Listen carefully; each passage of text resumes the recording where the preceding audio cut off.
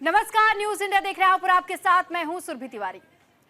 वक्फ संशोधन बिल को लेकर के आपने अब तक कई बातें सुनी होंगी, राजनीतिक प्रतिक्रियाएं सुनी होंगी, कई जगहों पर डिबेट्स देखी होंगी, लेकिन सबसे ज्यादा जरूरी यह हो जाता है कि आप ये समझ पाए कि आखिर ये वक्फ है क्या। देखिए, लोकसभा में जब वक्फ संशोधन अधिनियम 2024 को बहुमत के साथ पास कर दिया गया, 72 घंटे से ज्यादा मैराथन चर्चा के बाद वक्फ संशोधन बिल लोकसभा में पास हुआ। बिल के समर्थन में 288 तो विरोध में 232 वोट पड़े। अब ओवैसी ने चर्चा के दौरान बिल की प्रति भी फाड़ दी। सत्ता पक्ष ने इस पर सवाल भी उठाए। कुल मिलाकर समर्थन और विरोध के बीच वक्फ बिल लोकसभा में पास हो गया। अब राज्यसभा में बिल को लेकर के सरकार का लिटमस टेस्ट हो रहा है, जहां पर बिल पर चर्चा इस वक्त जारी है। लोकसभा में चर्चा के दौरान आरोप प्रत्यारोप के बीच किसने क्या कुछ कहा है, सबसे पहले आपको राजनीतिक प्रतिक्रियाएं सुनवा देते हैं। ये वक्फ बोर्ड का जो काम है, ये बेसिकली वक्फ प्रॉपर्टी को जो संभालने वाले मुतावली और जो वक्फ प्रॉपर्टी को व्यवस्था करते हैं, उसको संचालित करने के लिए ये गवर्नेंस का, सुपरविजन का एक प्रावधान है। किसी भी तरीके से वक्फ बोर्ड वक्फ प्रॉपर्टी को मैनेज नहीं करता है। वक्फ बोर्ड वक्फ प्रॉपर्टी मैनेजमेंट में हस्तक्षेप नहीं करता है। ये जो उन्होंने गुमराह करने का कोशिश किया गया है, ये किस प्रकार का कानून हम बना रहे हैं। 3R1 क्या कहता है सर? इनका 3R1 जो आज इन्होंने हटा ही दिया है।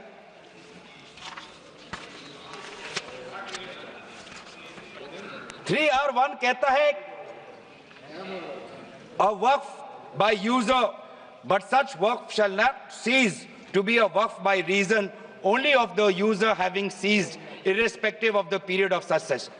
ये इसके हटाने की क्या जरूरत थी? अगर नरेंद्र मोदी की सरकार कहती है सबका साथ, सबका विकास, सबका प्रयास, तो ये बात को हमें गर्व है। अगर गैस दिया तो क्या हिंदू मुसलमान में कोई फर्क किया? अगर शौचालय बनाया तो कहा हिंदू मुसलमान ने फर्क करना है? अगर सड़कें बनी तो क्या ये कहा कि मुस्लिम गांव से सड़क नहीं जाएगी? वोट दो या न दो, हम जब सत्ता में हैं तो पूरे हिंदुस्तान को एक नजर से देखेंगे। सर, अगर आप हिस्ट्री को पढ़ेंगे तो महात्मा गांधी उस वक्त के व्हाइट अफ्रीका में सफेद फार्म अफ्रीका के कानून को महात्मा गांधी ने कहा था कि ये मेरा कॉन्शियंस उसको मानता नहीं है, मैं इस कानून को कबूल नहीं करता हूं। तो महात्मा गांधी ने क्या किया? उन्होंने उस कानून को फाड़ दिया। तो मैं गांधी की तरह इस कानून को फाड़ता हूं। ये अनकॉन्स्टिट्यूशनल है सर। इस देश में झगड़े पैदा करने का काम बीजेपी करना चाहती है मस्जिद और मंदिर के नाम पर, इसीलिए मैं इसका कंडेम करता हूं। आपके वक्फ में एक भी नॉन मुस्लिम नहीं आएगा, ये एक्ट में ऐसा कोई प्रावधान नहीं। मगर जो वक्फ बोर्ड है और वक्फ परिषद है, उसका काम क्या है? वक्फ की संपत्तियां मान्यवर बेच खाने वाले लोगों को पकड़कर इसके बाहर निकालने का। वक्फ के नाम पर औने पौने दाम में संपत्तियों को 100 साल तक किराए पे देने वाले लोगों को पकड़ना है। वक्फ का जो पैसा होता है, इनकम जो घिरती जा रही है, जिसके माध्यम से माइनॉरिटी का विकास करना है, माइनॉरिटी को आगे बढ़ाना है, इस्लाम धर्म की सारी धार्मिक संस्थाओं को पुख्ता करना है। ये पैसा जो चोरी होता है ना, उसको पकड़ने का काम वक्फ बोर्ड वक्फ परिषद कर रहे हैं। तो देखिए, वक्फ को लेकर देश में हो रहे शोर के बीच सबसे पहले तो जानना यह जरूरी है कि वक्फ आखिर है क्या। आखिर ये वक्फ बोर्ड काम करता कैसे है, इसका रख रखाव कौन करता है और कैसे ये तय होता है कि कौन अपनी जमीन को दे सकता है और कौन नहीं। वाकिफ और मुतवल्लिस कौन होते हैं। तो वक्फ धार्मिक मुद्दा है या प्रशासनिक मुद्दा है, क्योंकि इसको लेकर भी कई सारी अटकलें हैं और यह भी समझने का प्रयास किया जा रहा है कि क्या वक्फ को लेकर अभी भी जिस तरह संशय बरकरार है, इसमें क्या कोई और प्रावधान जोड़े जा सकते हैं या नहीं जोड़े जा सकते। और इसी को लेकर के चर्चा राज्यसभा में भी जारी है, क्योंकि लोकसभा में तो ये बिल पास हो गया है।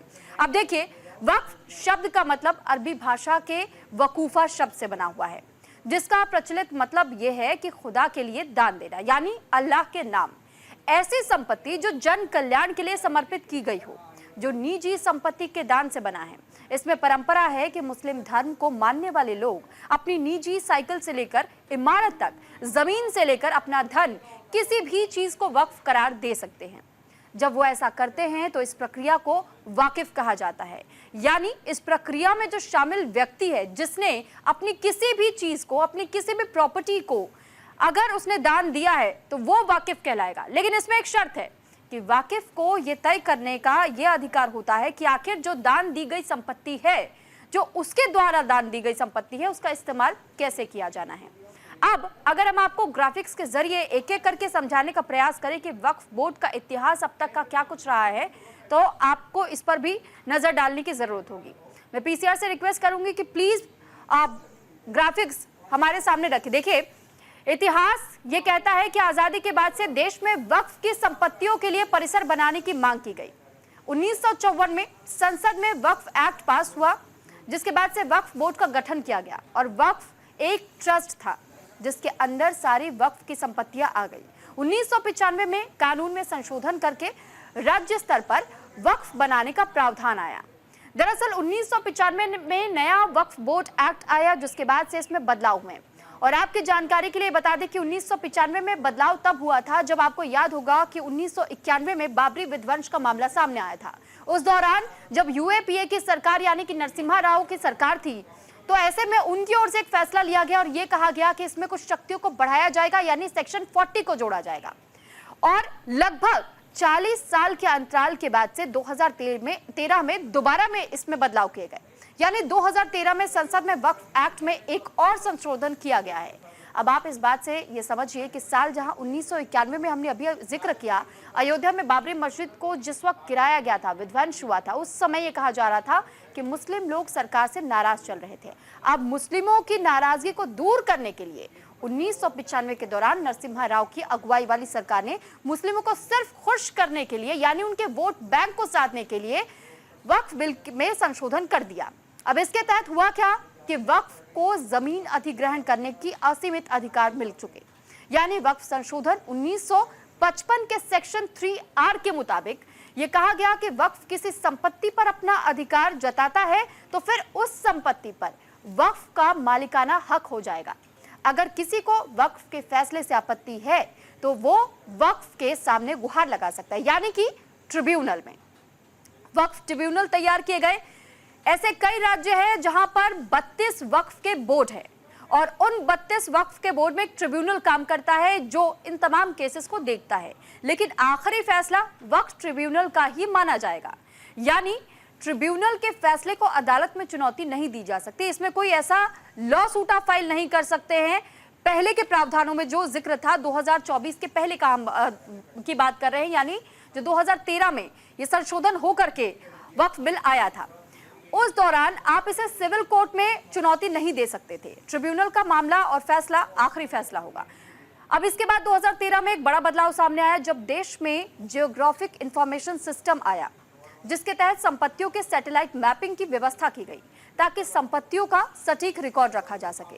वक्फ बोर्ड में कथित पारदर्शिता की कमी की बात भी कही जा रही थी, लेकिन संपत्तियों के सही इस्तेमाल के अभाव की बात भी की गई। इसके बाद साल 2014 के चुनाव से ऐन पहले 2013 में कांग्रेस की अगुवाई वाली यूपीए सरकार ने कई अहम बड़े बदलाव किए। इसमें वक्फ बोर्ड के पास मुस्लिम दान के नाम पर संपत्ति का दावा करने के असीमित अधिकार आ गए। इसको ऐसे समझिए कि जिस जमीन पर वक्फ अगर अपना अधिकार बता दे, उससे अब उसके बाद किसी भी तरीके से उस संपत्ति को आप क्लेम दोबारा नहीं कर पाएंगे, यानी वो पूरी तरह से अथॉरिटी हो जाएगी वक्फ की, यानी आपने उसे अल्लाह के नाम पर दान कर दिया। अगर उसके विरुद्ध कहीं सुनवाई होती तो फिर वो वक्फ के ट्रिब्यूनल में ही होती है। तीसरी बार जब सत्ता में आने के बाद मोदी सरकार ने 8 अगस्त 2024 को संसदीय कार्य मंत्री किरेन रिजिजू ने जब वक्फ संशोधन बिल लोकसभा में पेश किया था, तो विपक्ष के हंगामे की वजह से इस बिल को जेपीसी में भेजने का फैसला लिया गया।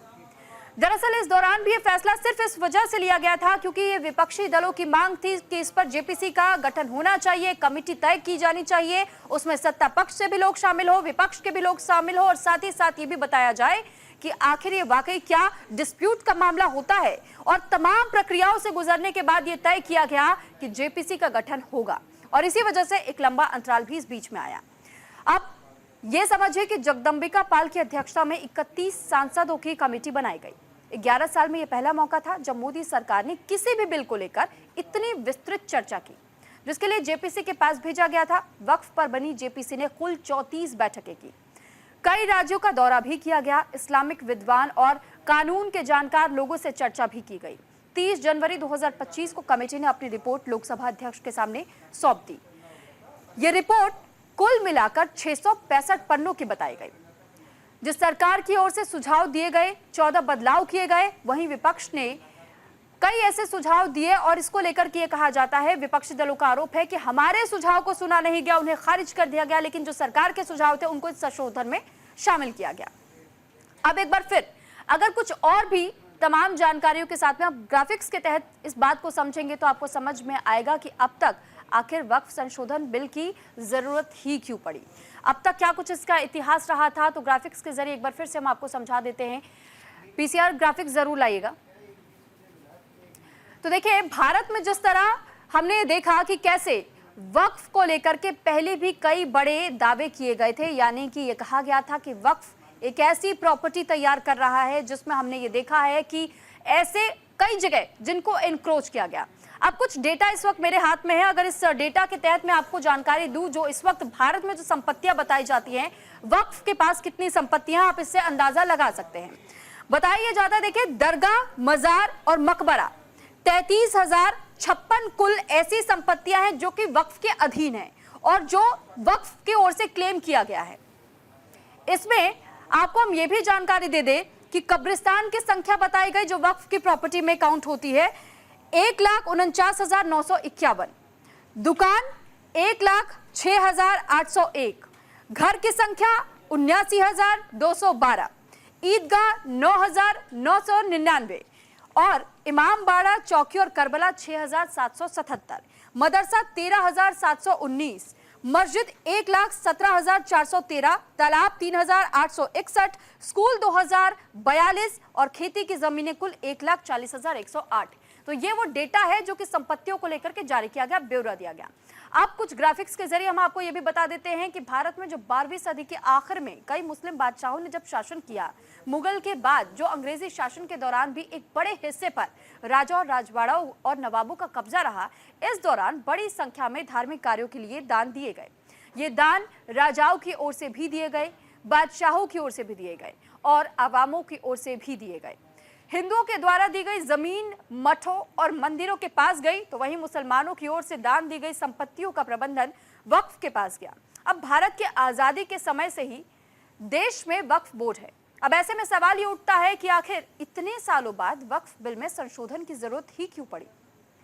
तो देखिए, वक्फ बिल में संशोधन की जरूरत क्यों पड़ी है, ये भी हम आपको एक एक करके ग्राफिक्स के जरिए समझाएंगे। पीसीआर, आपसे एक बार फिर से रिक्वेस्ट करूंगी कि अगर आपके पास ग्राफिक्स है तो प्लीज प्ले कीजिए। देखिए, 8,72,000 ऐसी संपत्तियां हैं जो कि बड़ी मुस्लिम आबादी के लिए है, लेकिन गरीबों का इस दौरान भी कल्याण नहीं हुआ। वक्फ की संपत्तियों की देखरेख और भ्रष्टाचार के मामले भी इस दौरान सामने आए। सेक्शन 40 में रीजन टू बिलवी के तहत सिर्फ वक्फ ट्रिब्यूनल ही अपील कर सकते हैं। वक्फ ट्रिब्यूनल का फैसला आखिरी फैसला माना जाएगा, यानी चुनौती नहीं दी जा सकती सिविल कोर्ट में। जमीन पर मस्जिद हो तो वो खुद वक्फ की जमीन हो जाती है।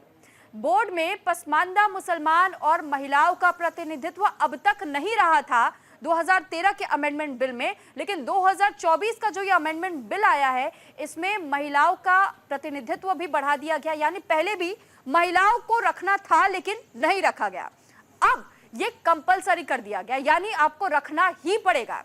तो बोर्ड में अन्य धर्मों के लोगों की नियुक्ति की मनाही की गई थी पहले, लेकिन अब इसी को समझते हुए कि 2 ऐसे गैर मुस्लिमों को भी जगह दी जा सकती है, तो ये डिमांड होगी। अगर डिमांड की जाएगी तो इसे पूरा किया जाएगा। अब इसे आप ऐसे भी समझ सकते हैं कि वक्फ संशोधन बिल पहले वाले बिल से किस तरह बेहतर है। तो हम आपको ये भी एक एक करके ग्राफिक्स के जरिए ही समझाएंगे कि आखिर नए बिल में जो बड़े बदलाव किए गए हैं आखिर किस आधार पर, किस तर्ज पर किए गए हैं। दरअसल देखिए, नए बिल में ऐसा क्या है जो पहले से बेहतर इसे बनाता है, तो आप इसे ऐसे समझ सकते हैं कि वक्फ के मैनेजमेंट में दूसरे धर्म के लोगों के शामिल होने का अवसर बढ़ चुका है। सरकारी संपत्ति वक्फ की संपत्ति है कि नहीं, यह फैसला अब अफसर करेंगे, जो कि पहले मुमकिन ही नहीं था। और इसी वजह से वक्फ के पास ये राइट्स हुआ करते थे कि अगर कल को किसी जमीन को लेकर उन्होंने ये कह दिया कि ये वक्फ की प्रॉपर्टी है, तो ये सिद्ध करने आपको जाना होगा। वो भी आप हाई कोर्ट या सिविल कोर्ट नहीं जा सकते, आपको ट्रिब्यूनल कोर्ट जाना होगा, जो कि वक्फ का कोर्ट है। वक्फ संपत्ति की घोषणा 5 साल तक मुस्लिम धर्म का पालन करना यह अनिवार्य किया गया है कि अगर कोई भी व्यक्ति मान लीजिए कि कन्वर्टेड होता है, अभी अगर किसी ने कन्वर्जन किया है, तो उसे 5 साल तक कम से कम उसे मुस्लिम समाज में बने रहना होगा, उसे प्रैक्टिस करना होगा। और तब जब उसे वो मान्यता मिल जाएगी कि वो 5 साल पुराना मुसलमान है, उस रिलीजन को समझ जाएगा पूरे जड़ों तक, उसके बाद वो ये तय कर सकेगा कि क्या वो अपनी किसी भी संपत्ति को वक्फ के नाम करना चाहता है या नहीं। इसके साथ साथ में वक्फ संपत्ति की घोषणा से पहले परिवार की लड़कियों को भी उसका हक देना होगा, यानी अब महिलाओं के पास भी वो हक होगा कि क्या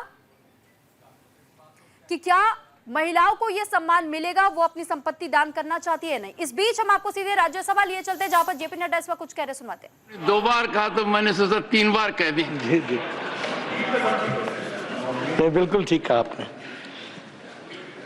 अभी इस पर काफी चर्चा हुई है, पक्ष विपक्ष की तरफ से सभी लोगों ने चर्चा में भाग ले रहे हैं और अपने अपनी बातों को रख रहे हैं।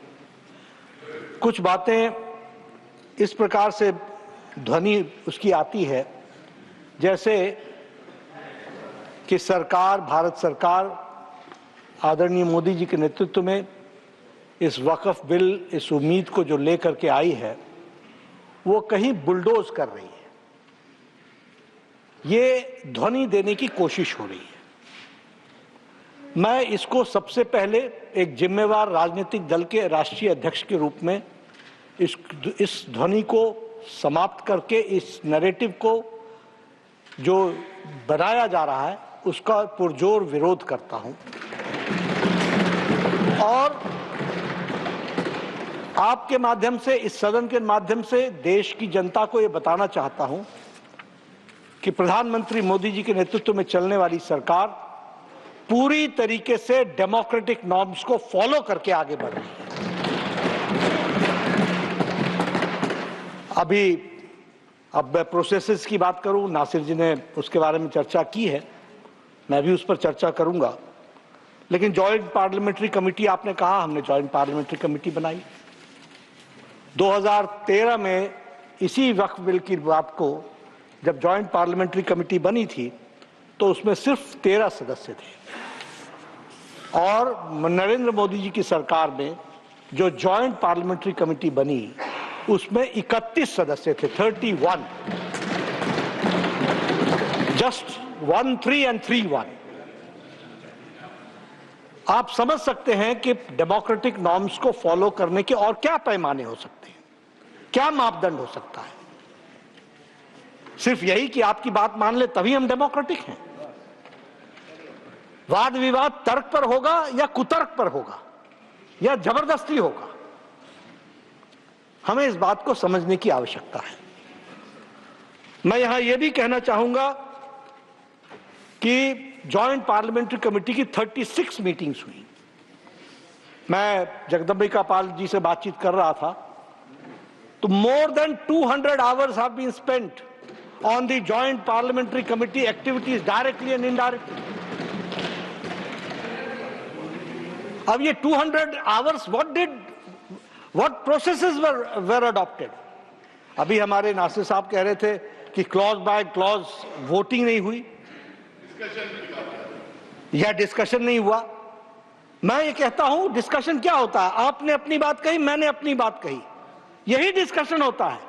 This is called discussion. It is not necessary that I agree to everything which you say. तो इसलिए, और आपके जमाने में 2013 में ओनली 22 मीटिंग्स टुक प्लेस। हमारे रिजू साहब ने बताया कि जम्मू कश्मीर, इन्होंने तो बताया लद्दाख, ले, जम्मू कश्मीर, वो उस समय तो जम्मू कश्मीर ही था, एक ही था, श्रीनगर जम्मू ले, वहां आप गए। और हमारे जगदम्बिका पाल जी सारी कमेटी को लेकर के 10 स्थानों पर गए, 10 राज्यों में गए। और अगर मैं स्टेक होल्डर्स की बात करूं तो 284 स्टेक होल्डर्स के साथ पार्टिसिपेशन हुआ डिबेट में। और आपके जमाने में, यूपीए के जमाने में 18 स्टेक होल्डर्स के साथ बात हुई थी। नाउ जस्ट इमेजिन, कहां 284 और कहां 18, कहां सरसरी तौर पर डिस्कशन हुआ और कहां गहराई से डिस्कशन हुआ। कौन से पैमाने, जिन पैमानों पर हम खड़े ना उतरे हो।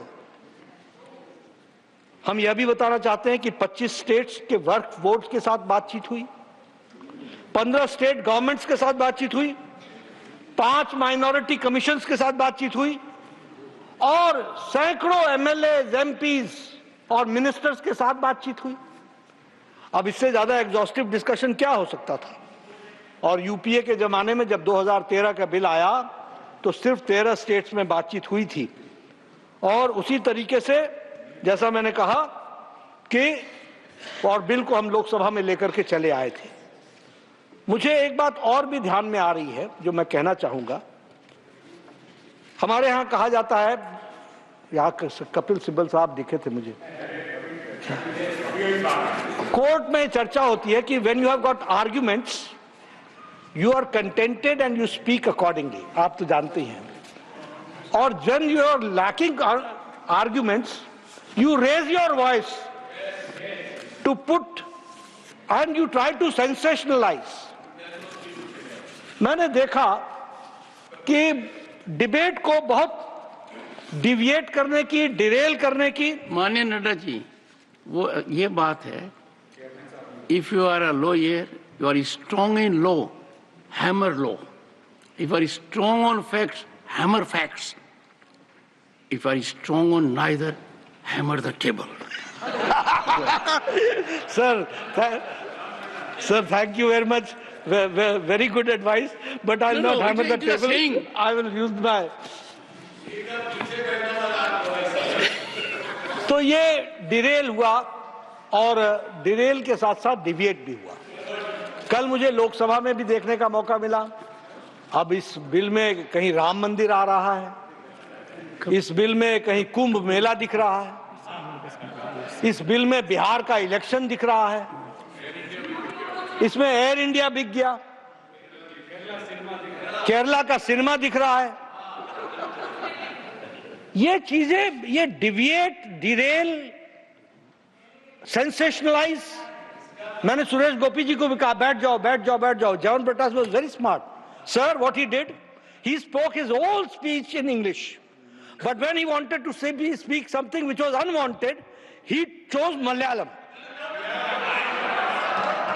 and it was, yes,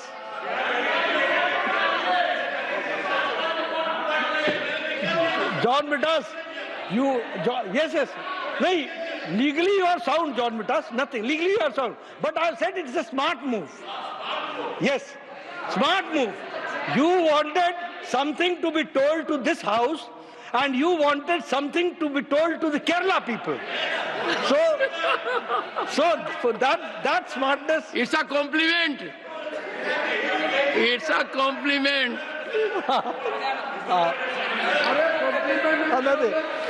And whatever he spoke in Malayalam,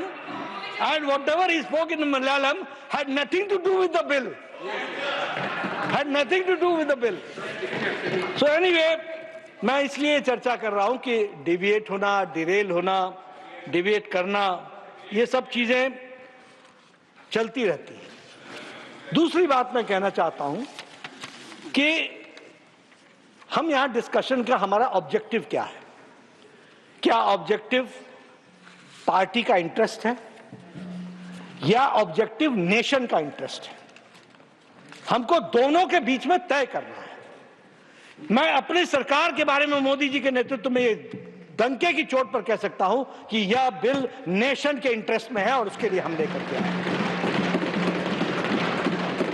यह किसी पार्टी के इंटरेस्ट में नहीं है, यह किसी पार्टी के इंटरेस्ट में नहीं है, यह किसी वोट बैंक को सेटिस्फाई करने के इंटरेस्ट में नहीं है, यह देश के इंटरेस्ट में है। अब ये वक्फ बोर्ड की प्रॉपर्टीज है। रिजू साहब ने बताया कि रेलवेज, डिफेंस, इनके बाद ये आती है। वैसे तो ये अब सबसे बड़ी प्रॉपर्टी इसलिए है क्योंकि डिफेंस और रेल तो भारत सरकार की प्रॉपर्टी है ही है, देश की प्रॉपर्टी है। लेकिन क्या इसका प्रॉपर मैनेजमेंट नहीं होना चाहिए? क्या इसमें कोई ये कोई कुतर्क है क्या? और इसीलिए checks and balances, prevent misuse, property and powers जो इसमें से डिराइव होती हैं, जो 2000 अमेंडमेंट में असीम हो गई, क्या उसमें चेक्स एंड बैलेंसेस नहीं होनी चाहिए? आप बताइए, वो अकाउंटेबल नहीं होने चाहिए क्या? क्या वो जवाबदेह नहीं होने चाहिए क्या? क्या वो भारत की जनता और मुस्लिम बहनों भाइयों के लिए जवाबदेह होने चाहिए कि नहीं होने चाहिए? यह बिल सिर्फ उसको अकाउंटेबल बनाने का प्रयास कर रहा है, इस बात को हमको समझना पड़ेगा। दूसरी बात, आप तय कर लीजिए, मुझे उसमें कुछ कहना नहीं है क्योंकि मैं इस फोरम पर जहां बिल की बातचीत चलती है वहां मैं कोई राजनीति लाऊं, इसकी आवश्यकता नहीं है। लेकिन फिर भी मेरे मन में है, इसलिए मैं कहना चाहता हूं। प्रधानमंत्री मोदी जी ने सबका साथ, सबका विकास, सबका विश्वास, सबका प्रयास, इस मंत्र को लेकर के वो चले हैं और चले नहीं है, इसको उन्होंने पूरा किया है। राधा मोहन जी ने बताया, प्रधानमंत्री गरीब कल्याण अन्न योजना से लेकर के, आवास योजना से लेकर के, शौचालय से लेकर के, कभी नहीं देखा कि ये फॉरवर्ड को मिला, बैकवर्ड को मिला, मुस्लिम को मिला, क्रिश्चियन को मिला, किसको मिला? जरूरतमंद को मिला है और देश की जनता को मिला है, इसकी चिंता की। अब इससे ज्यादा मेन स्ट्रीमिंग क्या हो सकती है? और इसीलिए जब मैं इसकी बात कहता हूं तो मैं ये भी कहना चाहता हूं कि हमें वोट बैंक पॉलिटिक्स के इंटरेस्ट से बाहर निकल करके नेशनल इंटरेस्ट में इन बातों को समझने की आवश्यकता है। अभी मैं यहां यह भी कहना चाहूंगा कि आप तय करें, मुझे उसमें कहने की बात नहीं, हम मेन स्ट्रीमिंग की बात कर रहे हैं। इस देश में कोई भी किसी कलर में ना देखा जाए। मोदी जी के नेतृत्व का सपना भारत का यह है कि सबका विकास हो, सबका प्रयास हो, सबको साथ लेकर के चले। इसीलिए हम लिप सर्विस नहीं करते हैं, हम रियल सर्विस करते हैं। We do the real service. हम लिप सर्विस कर रहे होते हैं। मैंने आपको सारी योजनाएं गिनाई, ये सारी योजनाओं से राधा मोहन जी ने बताया 30% मुस्लिम भाइयों का लाभ हुआ है, इसमें से 35% उन्होंने लाभ लिया है, 35 हमने कभी इसका डंका पीटा क्या? नहीं, मेन स्ट्रीमिंग कर रहे हैं। मैं जानना चाहता हूं कि पिछले 70 साल किन लोगों ने उनको अलग रखा है? किन लोगों ने अलग रखा है? किन्होंने उनको डरा के रखा है? किन्होंने उनके साथ अलग व्यवहार करने की बात की है? ये this polity has to be understood and I will tell you,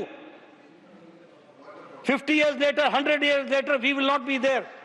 But the course of action which we take today, that is going to make India stronger, that we have to understand. और आपने 70 साल का experiment करके देख लिया। 70 साल का experiment आपने करके देख लिया, बांट करके देख लिया, वोट के पीछे पढ़ के देख लिया। 2013 का अमेंडमेंट ला करके भी 2014 में वहां बैठने के लिए मजबूर हो गए। इससे काम नहीं चलने वाला। और मैं इसमें आपको बताना चाहता हूं, जब मैं कहता हूं कि लिप सर्विस नहीं रियल सर्विस की है, तो मैं ये कहना चाहूंगा कि ट्रिपल तलाक तो सुप्रीम कोर्ट ने बहुत पहले कह दिया था कि लगाना चाहिए। भारत की जनता लगाना चाहती थी। आपकी सरकार, यूपीए की सरकार 10 साल बैठी रही, आप नहीं लगा सके। क्या तकलीफ थी जो नहीं लगाई गई? क्या वो रेट्रोग्रेटिव स्टेप था ट्रिपल तलाक हटाना, या प्रोग्रेसिव स्टेप था? हमारे नासिर साहब कहते हैं कि we would not like to remain second grade citizen.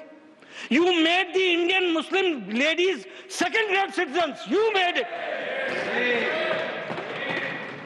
Second grade citizens.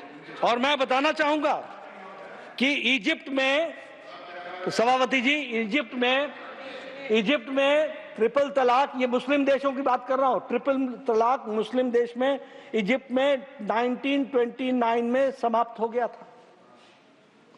Sudan में 1929 में समाप्त हो गया था।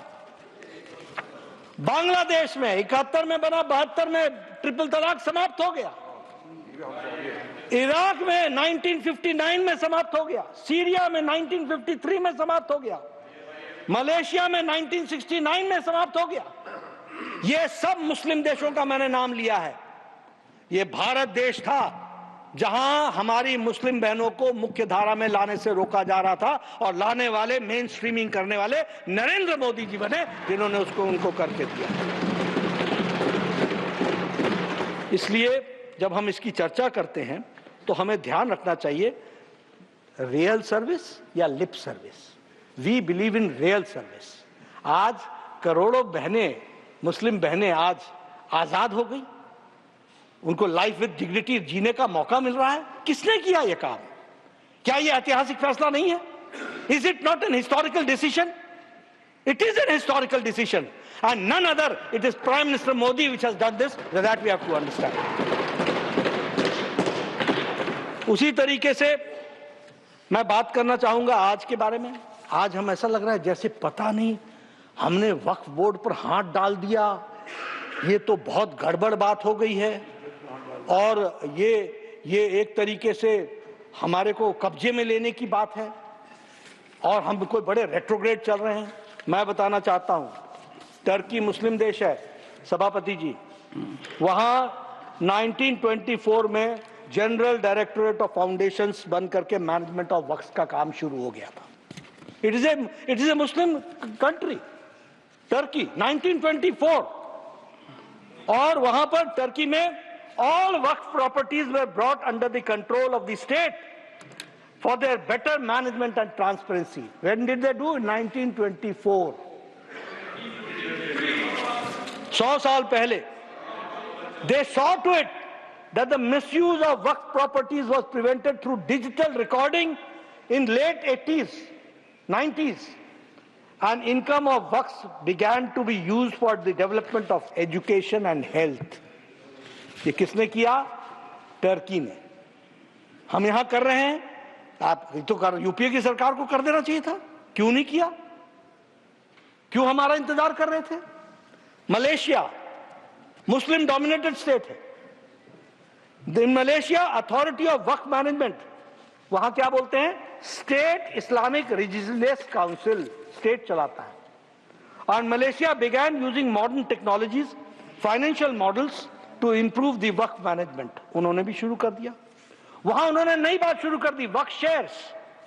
वक्फ shares were implemented which increase the community participation and the rise in the waqf income. सब कोई प्रोग्रेसिव तरीके से चलने की प्रयास कर रहे हैं। Transparency and accountability was ensured and digital database of waqf properties through geo mapping. यानी ये भी मलेशिया में भी जियो मैपिंग और डिजिटलाइजेशन से प्रॉपर्टी को उसको देखा जा रहा था। Saudi Arabia, reforms were made in Saudi Arabia in 2016 and the management of the waqf, और वहां पर सऊदी वक्फ अथॉरिटी बनाई गई which was established, and new policies were implemented to make the waqf properties more economically beneficial. Economically कैसे beneficial हो सकते हैं? और the waqf income was used to empower the religious and educational and social services. ये मुस्लिम देश जब वक्फ को सरकार कब्जे में लेकर के जब उसका मैनेजमेंट कर रही है तो कोई तकलीफ नहीं हो रही है। यहां तो हम भी नहीं कर रहे हैं, यहां तो वक्फ बोर्ड और वक्फ ट्रिब्यूनल और वक्फ काउंसिल ही चलाएगा। हम तो सिर्फ उनको नियम के अनुसार लाने का प्रयास कर रहे हैं ताकि वो अकाउंटेबल हो सके, उस तरीके का हम प्रयास करें। Indonesia again a Muslim dominated country. यहां इंडोनेशिया बिगेस्ट। इंडोनेशिया वक्फ बोर्ड, जिसको वो बदान वक्फ इंडोनेशिया बोलते हैं, इन 2004 Waqf Act was amended, incorporating modern practices and registration for the management of waqf properties. Or the concept of cash waqf was implemented for maximizing the benefits derived from the Waqf assets. यानी उन्होंने नए नए प्रयोग करने शुरू किए ताकि वक्फ की प्रॉपर्टी का ज्यादा से ज्यादा सदुपयोग हो सके और लोगों के लिए काम आ सके। ईरान में the management of waqf properties is under the organisation of endowments and charitable act affairs, ये भी सरकार के पास है।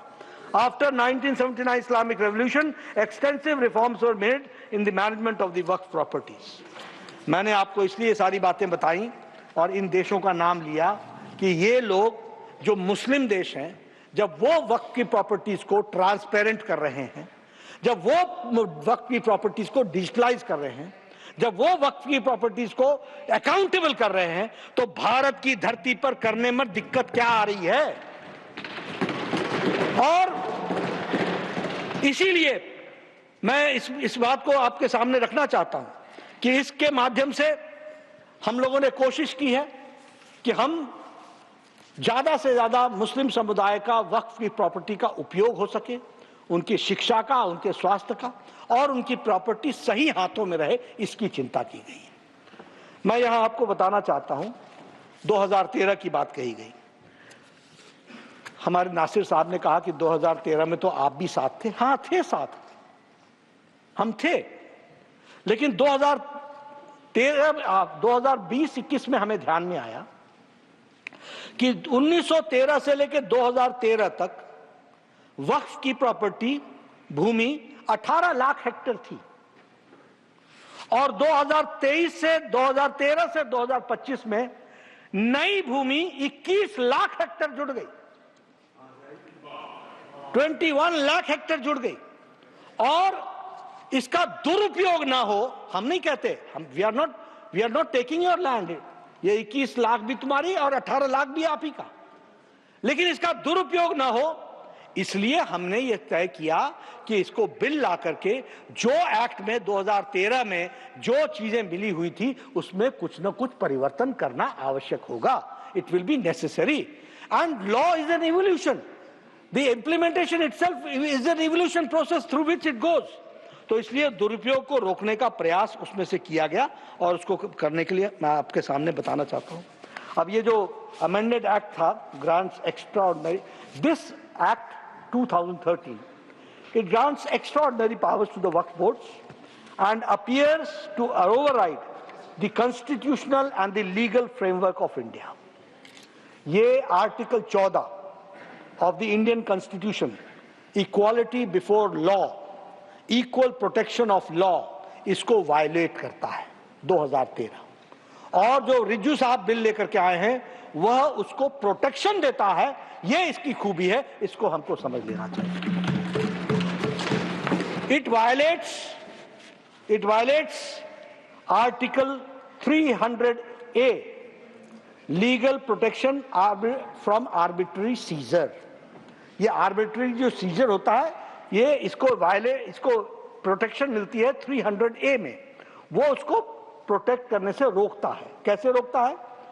वक्फ बोर्ड का सेक्शन 40, वक्फ बोर्ड का section 40, the board may itself collect information regarding any property which it has a reason to believe that it is a Waqf property। यानी अपने से ही तय करती है कि यह वक्फ प्रॉपर्टी है और अपने से ही रियलाइज कर लेती है। यह protection against protection from the arbitrary seizure से रोकने का प्रयास है और इसको वायलेट करता है ये सेक्शन। उसी तरीके से ये वायलेट करता है fair trial, article 21 of the Indian constitution. मैं ये भी कहना चाहूंगा, आप सब लोग हाथ में संविधान की पुस्तक लेके घूमते हैं, रेडी रेफरेंस के लिए पॉकेट में रखते हैं। जब देखिए जयराम रमेश जी ने बता दिया, लेकिन पढ़ते हम हैं। Honorable Leader of the House, Honorable Leader of the House, Jairam ji, showing an object in the House is indecorous. Nothing. ये संविधान की किताब को, and a constitution should never be treated like an object. It's a sacred book, testament for our democracy. ये संविधान की रक्षक है, संविधान की बात करते हैं, रेडी रेफरेंस के लिए पॉकेट में रखते हैं, लेकिन इस्तेमाल हम करते हैं, उपयोग हम करते हैं। और इसलिए मैं ये कहना चाहूंगा कि ये जो violation of the right of fair trial article 21 citizens can